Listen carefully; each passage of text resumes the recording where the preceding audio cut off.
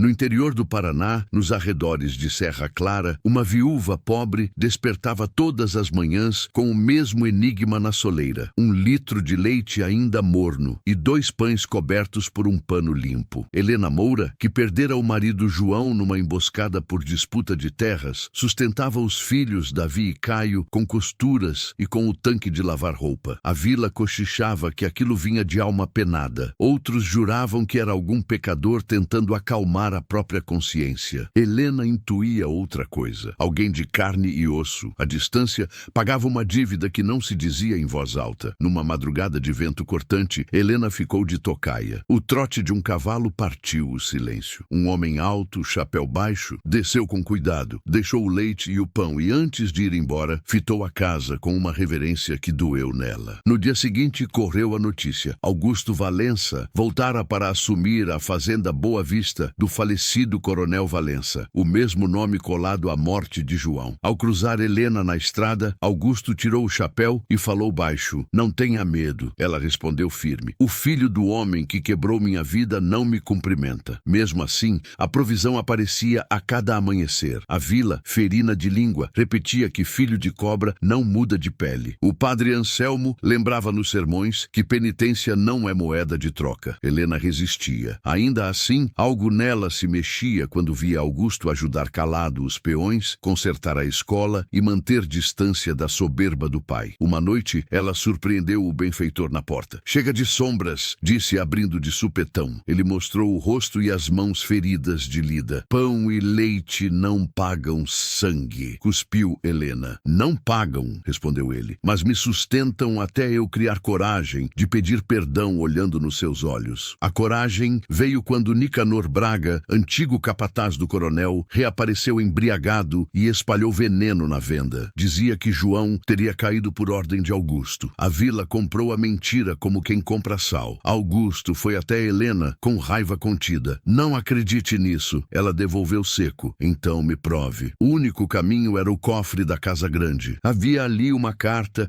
que Augusto jamais abrira, o último fôlego do coronel. Diante de Helena, ele quebrou o lacre. A caligrafia acusava Nicanor, que agira por cobiça e por medo, fugindo com a verdade nas costas. O pai de Augusto morrera carregando culpas, mas a ordem do tiro não fora dele. A notícia correu como fogo em palha. O nome de João Moura foi limpo no adro da igreja, com a carta lida de ponta a ponta por padre Anselmo. Nicanor sumiu nas grotas. Ainda assim, maldade é bicho que volta. Ao cair da tarde de uma ventania, o galpão de Helena ardeu. Os filhos tentavam conter as chamas, quando Augusto chegou de galope, derrubou a porta e puxou Caio desmaiado. Voltou por Davi. Helena, cercada de brasas, não achava saída. Augusto a envolveu com o próprio casaco, atravessou o fogo e, antes do teto ruir, agarrou a caixa de lembranças de João. Entregou-a a Helena, tossindo fuligem. "A tua história não vira cinza enquanto eu respirar." Augusto caiu de febre por muitos dias na Boa Vista. Helena cuidou dele em silêncio, trocando panos, rezando, enfrentando a vila que vigiava a varanda. O padre disse: "Perdão não é esquecer, é força para continuar." Ela descobriu que aquele homem não era o fantasma do pai, era alguém que escolhera carregar um peso que não era obrigado a carregar. Quando a febre baixou, ele murmurou: "Passei a vida tentando quitar uma dívida que não era minha. Agora sei. Perdão não se compra, se cultiva." Os dias seguintes foram de cercas endireitadas, valas abertas, o caminho da escola drenado. Augusto vinha apenas à luz do dia, pedia licença para cada gesto e despedia-se rápido. Helena, enfim, encarou a vila. "O filho não é o pai." A frase rachou o juízo alheio. Na sombra do alpendre, uma roseira plantada por Augusto começou a brotar, espinho e flor, lado a lado, como raiva e alívio. Chegou então uma carta da capital. Chamavam Augusto para resolver pendências de herança e terras litigiosas do coronel. Ele disse a Helena que precisava ir. "Se eu demorar, abra o baú queimado que deixei." Partiu e o silêncio mordeu os dias. Uma tempestade derrubou a janela do quarto. O baú caiu e abriu. Dentro, 2 alianças antigas e um bilhete: "Se o rio me levar, que você leve o que eu não soube levar. Paz." Helena fechou os olhos. Era como se o destino, enfim, pedisse menos discurso e mais gesto. Muitos meses se passaram e chegaram boatos de que Augusto caíra num transbordo de rio. Sem corpo, a vila fez o enterro na fala. Helena ergueu a casa com os filhos, reabriu a vida do jeito que dava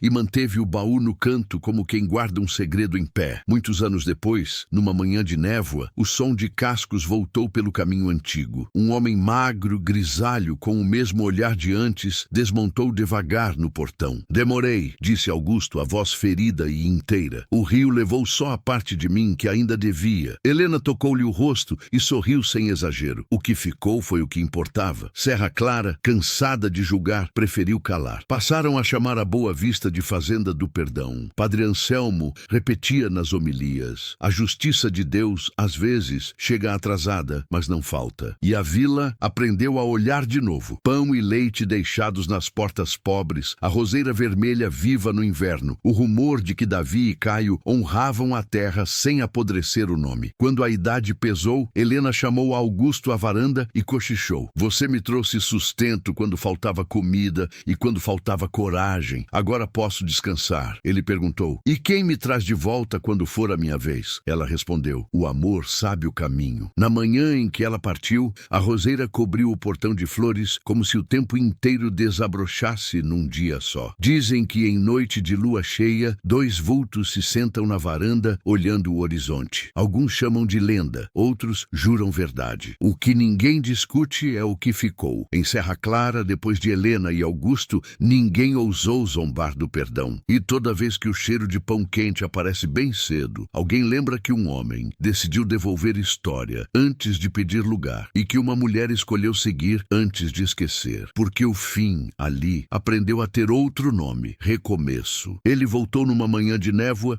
e disse com voz cansada que o rio levou apenas a parte dele, que ainda devia. Helena encostou a mão no rosto de Augusto e sentiu que a pele trazia cicatrizes novas, como pequenas estradas do destino. Os filhos Davi e Caio ficaram imóveis no alpendre, tentando acreditar que o homem diante deles era o mesmo que todos juravam ter partido para sempre. O silêncio da fazenda. Boa Vista pareceu prender a respiração, como se a casa temesse acordar um sonho antigo. Augusto pediu água devagar e Helena trouxe um copo com as duas mãos, como se carregasse um perdão que ainda aprendia a ficar de pé. Padre Anselmo chegou pouco depois com olhos marejados e disse que a justiça de Deus pode demorar, mas não se perde na estrada. A vila inteira soube do retorno antes do meio-dia, porque em Serra Clara uma notícia corre mais rápido do que o vento da serra. Alguns se benzeram e outros duvidaram, e houve quem dissesse que um sobrevivente traz sempre um segredo grudado nas costas. Helena convidou Augusto para sentar na cadeira de palhinha, como quem chama o passado para se explicar olhando nos olhos. Ele contou que na travessia o barranco cedeu e que a correnteza o arrastou por muito tempo, até um pesqueiro acolhê-lo como quem salva um irmão. Disse que ficou entre a vida e a morte por muitas semanas e que um pescador chamado Zé do Remanso lhe deu abrigo, comida e silêncio para curar as feridas. Helena ouviu cada palavra e percebeu que a voz dele tinha aprendido humildade, como quem aprende a rezar no escuro. Davi se aproximou e perguntou se o homem pretendia ficar, e Augusto respondeu que não veio para passear, veio para reparar. Caio respirou fundo e disse que a cerca do fundo cedeu na última chuva e o gado andava procurando saída, como coração sem rumo. Augusto pediu ferramentas e falou que mãos ocupadas aprendem a pedir perdão sem discursos. Helena sorriu de canto porque reconheceu naquele gesto o mesmo homem que atravessou o fogo para salvar sua família. No fim da tarde, a vila se juntou na venda de seu Osmar e cada um construiu sua própria versão do milagre. Rosário repetiu que sobrevivente vira lenda e lenda vira perigo, quando mexe com orgulho alheio. Padre Anselmo pediu calma e lembrou que uma carta antiga já havia limpado o nome de João e que a verdade não precisava de gritos para permanecer em pé. Naquela noite, Helena acendeu a lamparina e colocou sobre a mesa a caixa de lembranças que Augusto salvara do incêndio. Ela abriu devagar e tirou uma fotografia amarelada, onde João sorria com os meninos ainda pequenos e a casa ao fundo intacta como promessa não cumprida. Augusto pediu licença para olhar a fotografia e fechou os olhos, como quem faz um minuto de respeito diante de um altar. Helena agradeceu sem palavras, porque o respeito às vezes diz mais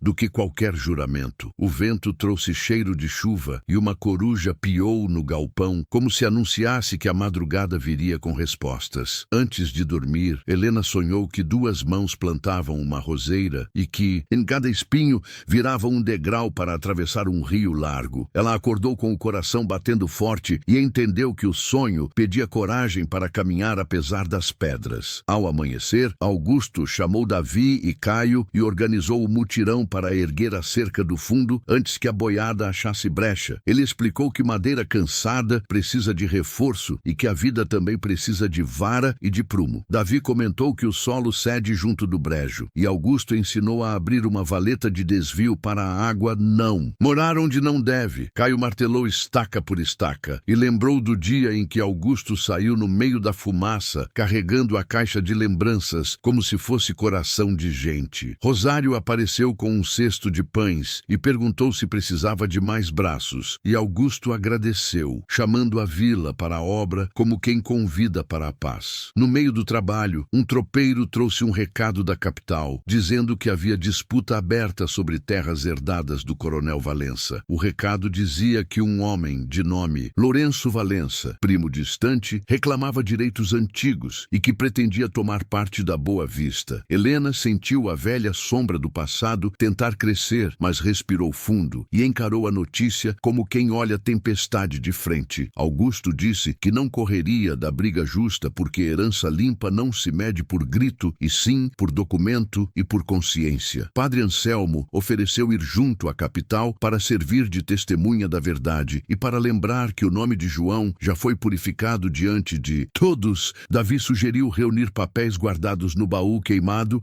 e Helena assentiu dizendo que segredo que salva merece ver a luz do dia. Nessa mesma tarde, apareceu na estrada um homem magro de terno surrado, dizendo ser advogado de Lourenço Valença. Ele olhou a fazenda como quem mede preço e não história, e comentou que certas contas se resolvem melhor longe de igreja e perto de cartório. Helena respondeu que ali ninguém vendia memória e que papel nenhum compra paz, quando a comunidade já escolheu lembrar. Direito. O advogado deixou prazo curto para a audiência e foi embora sem aceitar café, como quem tem pressa de somar antes de entender. À noite, Augusto caminhou até a roseira plantada meses atrás e notou que havia 3 botões prontos para abrir, mesmo com o vento frio. Ele pensou que 3 é número de promessa, porque lembra fé, esperança e amor, e sorriu sozinho como quem recebe um recado do alto. Helena se aproximou em silêncio e disse que o barulho das folhas parecia reza antiga, repetida no ouvido. Augusto tomou coragem e falou que trouxe algo para ela guardar e entregou um escapulário simples de fio gasto. Diz que o pescador Zé do Remanso lhe deu o escapulário quando ele mal lembrava o próprio nome e que aquilo o guiou de volta. Helena segurou o objeto com cuidado e prometeu que usaria perto do peito como quem veste pontes invisíveis. Na manhã seguinte, a vila acordou com o trote de um cavalo desconhecido e com o pó da estrada, marcando passos de gente que chega com intenção dura. Era Lourenço Valença em pessoa com 2 homens atrás, medindo a fazenda com olhos de balança. Ele disse que a Boa Vista devia a ele um quinhão e que a viúva e o fazendeiro tinham se aproveitado de confusão para tomar o que não era seu. Helena ergueu o queixo e respondeu que a confusão foi a mentira que matou João e que a verdade escrita em carta limpou a poeira do nome da família Lourenço. Riu curto e afirmou que carta de morto é lembrança e não prova, e que a lei gosta é de selo e assinatura fresca. Augusto pediu calma e propôs que esperassem a audiência sem provocar a vila, porque coração de povo não é cerca fácil de consertar. Lourenço foi embora, prometendo voltar com medida de agrimensor, e Helena percebeu que a paz teria de aprender a lutar sem perder a mansidão. Nessa noite, Helena sonhou que a roseira abria 3 flores ao mesmo tempo e que uma delas se deitava sobre um livro antigo com capa de couro. Ao acordar, ela foi direto ao baú e encontrou no fundo um caderno de contas do coronel Valença, com anotações de compra e de dívida. Ali estava escrito que o capataz Nicanor recebera dinheiro para agiotagem e que tentara tomar pedaços de terra em nome do coronel sem autorização. Helena chamou Augusto e Davi e mostrou o caderno, dizendo que a verdade às vezes dorme no escuro, esperando mão corajosa para acender a lamparina. Padre Anselmo leu as páginas devagar e disse que aquilo valia como rastro que leva ao rio, onde a água é limpa. No dia marcado, a comitiva seguiu para a cidade com Helena Augusto Davi Caio e o padre levando o caderno à carta e coragem suficiente para atravessar conversa dura. No caminho pararam na capelinha da encruzilhada e acenderam 3 velas, uma pela memória de João, outra pela verdade e outra pela paz da vila. Helena falou baixinho que perdão não é atalho, é estrada inteira e que cada passo precisa ser dado olhando a face do dia. Na audiência, o advogado de Lourenço tentou diminuir a força da carta e zombou do caderno como se fosse rabisco de armazém. Helena pediu a palavra com respeito e contou a história desde a primeira madrugada de pão e leite até o incêndio e o resgate da caixa de lembranças. O juiz ouviu em silêncio e perguntou a Augusto o que ele buscava de fato naquelas terras, e ele respondeu que buscava plantar restituição onde só havia culpa. Padre Anselmo apresentou os registros de batismo e as datas que cruzavam com as anotações do caderno, provando que Nicanor agiu por conta própria em muitas cobranças. O juiz determinou perícia e marcou retorno para dali a 30 dias, e a vila aprendeu que justiça andando devagar evita tropeço. De volta à Serra Clara, a comunidade se reuniu no pátio da igreja para agradecer pelo passo dado e para combinar vigília de oração até o desfecho. Rosário organizou uma roda de caldo e pão e disse que alimentar o corpo ajuda a segurar a alma no lugar. Nessas semanas de espera, Lourenço tentou comprar peões com promessas de salário dobrado e boi barato, mas a maioria recusou porque memória não se vende a prazo. Um dos homens de Lourenço, de nome Batista, começou a rondar a casa de Helena durante a noite, como se procurasse brecha onde a luz não alcança. Davi percebeu a vigília estranha e combinou com Caio turnos para cuidar da mãe e das criações, sem alarde. Augusto chamou os irmãos para uma conversa no curral e ensinou que defesa se faz com prudência e união e não com bravata. Certa madrugada, Helena acordou com um estalo no quintal e viu a sombra de um homem perto da roseira. Ela acendeu a lamparina e Augusto correu para fora, chamando pelo intruso, que fugiu deixando cair um saco com garrafas e um pavio de querosene. Helena entendeu que alguém pretendia incendiar a paz de novo e sentiu as mãos tremerem, mas segurou firme no escapulário. No dia seguinte, Padre Anselmo reuniu os moradores e pediu que cada um vigiasse a noite do vizinho, porque comunidade viva não cochila quando o mal ronda. Rosário propôs plantar lanternas de vidro na estrada, como pequenos faróis, para que a escuridão perdesse a coragem. Augusto agradeceu e disse que um vilarejo inteiro, segurando a mão um do outro, vira muralha até para Vento Bravo. O tempo passou e os 30 dias chegaram com nuvens pesadas no horizonte, como se o céu adivinhasse a importância daquele momento. Na cidade, o perito confirmou que o caderno tinha autenticidade e que as assinaturas batiam com as antigas notas da fazenda. Também confirmou que a carta do coronel foi escrita de próprio punho e que a data coincidia com a fuga de Nicanor após a morte de João. O juiz reconheceu o direito de Augusto sobre a Boa Vista e declarou que as cobranças de Nicanor eram nulas e que Lourenço não tinha prova de posse legítima. Helena respirou como quem volta à superfície depois de muito tempo debaixo d'água e uma lágrima teimosa escorreu antes de virar sorriso. Lourenço saiu da sala enfurecido e rosnou: que justiça de papel não muda a vontade de homem. Padre Anselmo respondeu com calma que quando a verdade se assenta, a vontade aprende a sentar também. Na volta para a vila, a comitiva foi recebida com sino tocando e mesa posta, e a roseira parecia mais vermelha do que em qualquer outra manhã. Augusto agradeceu a todos e disse que vitória verdadeira não humilha ninguém, apenas abre espaço para que cada um ache seu canto sem medo. Nessa noite, Helena caminhou até a varanda e contou ao céu que a paz tinha raízes agora e que não pretendia deixá-las secar. Ela lembrou de João com carinho, sem que a lembrança pesasse como pedra, e entendeu que amor não morre, ele muda de morada. Dias depois apareceu na Boa Vista um homem envelhecido de chapéu torto e olhos cansados, dizendo ser Zé do Remanso. Ele abraçou Augusto com força e disse que o tinha entregado à vida e não ao rio, e que finalmente podia dormir em paz. Helena preparou café para o visitante e ouviu dele histórias de pesca de enchente e de promessas pagas em silêncio. Zé do Remanso contou que certa noite sonhou com uma mulher acendendo uma lamparina na beira do barranco e que a chama mostrou a direção da volta. Helena sentiu que o sonho atravessou a casa e pousou no seu coração, porque ela mesma havia acendido tantas lamparinas no escuro. Davi e Caio levaram Zé para conhecer a propriedade e mostraram a cerca nova e as valas que cortavam a enxurrada. O velho pescador sorriu,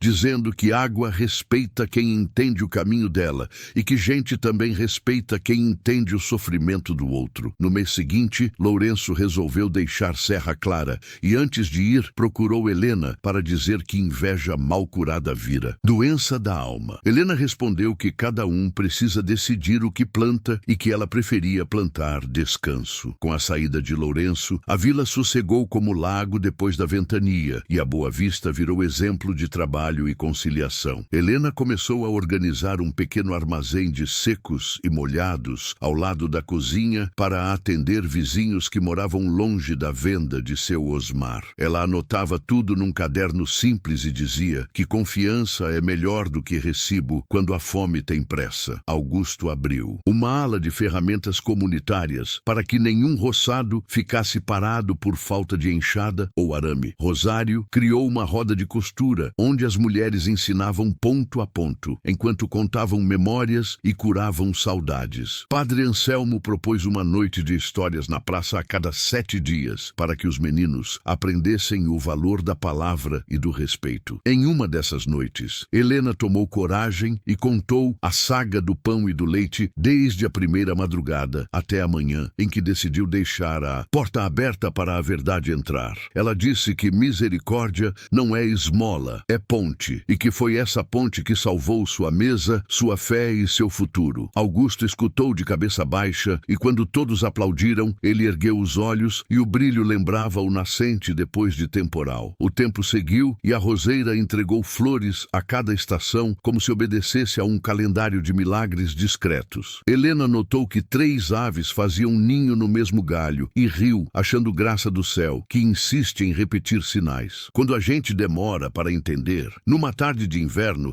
chegou um bilhete do fórum avisando que o nome de João seria oficialmente reabilitado nos registros públicos. Helena vestiu o vestido azul de missa e foi com os filhos e com Augusto acompanhar a assinatura que transformava justiça moral em justiça escrita. Ela sentiu que um peso antigo deixou os ombros e que podia respirar inteiro sem pedir licença ao passado. Na volta, Davi comentou que queria ampliar o curral e Caio falou em estudar técnicas novas de plantio para a seca. Augusto respondeu que a fazenda precisava de juventude e consciência e que ele estava pronto para aprender com os mais novos. Helena olhou para os 3 e pensou que a casa enfim tinha virado família sem que ninguém precisasse explicar demais. Num domingo de céu limpo, a comunidade se reuniu para um mutirão de plantio de árvores ao longo do caminho para a escola. Padre Anselmo disse que árvore é catequese da terra porque ensina com paciência o que a pressa não sabe. Helena plantou uma muda de ipê ao lado da roseira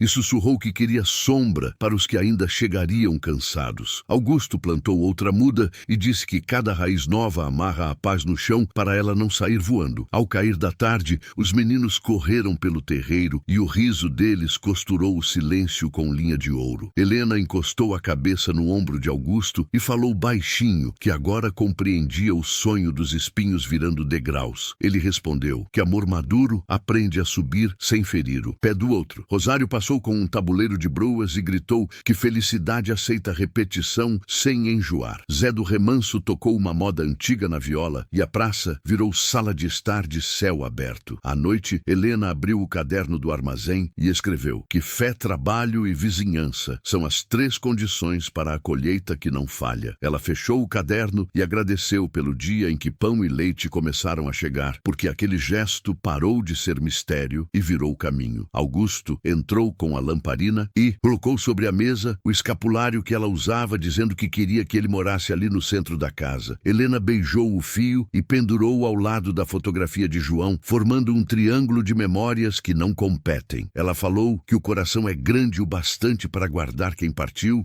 e acolher quem chegou. Augusto respondeu que é por isso que casa vira lar quando a gente aprende a abrir a porta por dentro. No amanhecer seguinte, um cheiro de pão invadiu invadiu o pátio e Helena riu porque sentiu a infância de volta sem doer. Ela repartiu os pães em fatias generosas e lembrou em voz alta que generosidade é a única fatia que nunca diminui o pão inteiro. Davi agradeceu dizendo que a lição servia para gado, para gente e para dia ruim. Caio completou que Esperança gosta de café coado e de mesa ocupada. Padre Anselmo chegou com notícias de que uma família nova vinha morar perto do brejo e pediu que a vila fizesse recepção simples e calorosa. Helena preparou um cesto com leite, queijo e broas e escreveu um bilhete dizendo que em Serra Clara, vizinho não bate na porta. Ele entra. Augusto foi junto levar o cesto e viu nos olhos da família recém-chegada o mesmo susto que ele já conheceu quando a vida vira de cabeça para baixo. Ele disse que a fazenda tinha ferramentas disponíveis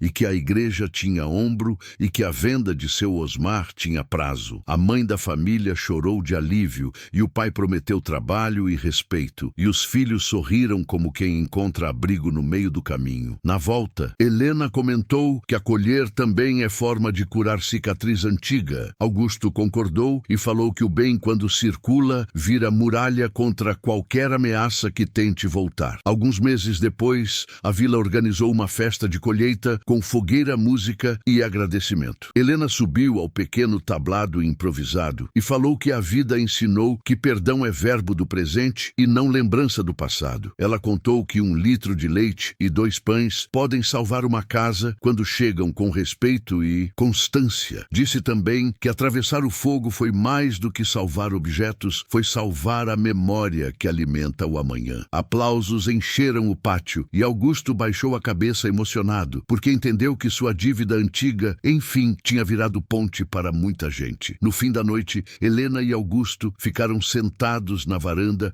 olhando o ipê e a roseira conversarem ao vento. Ela disse que se um dia o medo voltar, eles teriam raízes o bastante para segurar a tempestade. Ele respondeu que enquanto houver mesa posta e vizinho por perto, nenhuma noite será longa demais. Helena sorriu e agradeceu por ter encontrado o caminho de volta, sem precisar esquecer de onde veio. Augusto segurou a mão dela com cuidado e prometeu continuar merecendo cada amanhecer naquela terra. A lua subiu redonda e serena e a coruja piou do galpão como se desse boa noite à paz recém-aprendida. No coração de Serra Clara, nasceu um costume novo de acender lanternas de vidro nas janelas nas noites de vento forte. Diziam que cada luz lembrava o dia em que a verdade encontrou lugar para morar e que a mentira precisou procurar outra estrada. Helena guardou no caderno uma última frase antes de dormir, dizendo que quem reparte luz não fica no escuro. E quando o primeiro galo cantou, o dia nasceu, sabendo que em Boa Vista e em toda a Serra Clara, ninguém mais ria do perdão e ninguém passava fome de esperança.